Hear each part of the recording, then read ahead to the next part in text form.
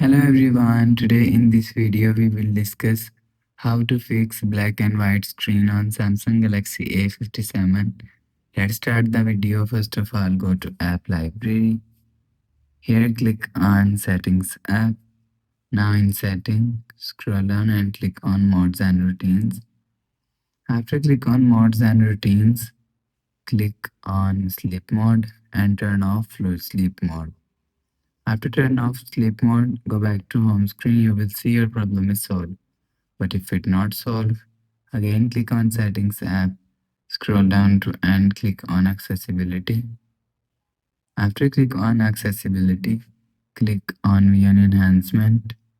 After click on VN enhancement, click on color correction and turn off color correction button.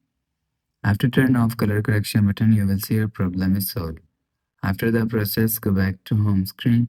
So that's how you can fix black and white screen on Samsung Galaxy A57. If you like the video, please subscribe. Thanks for watching.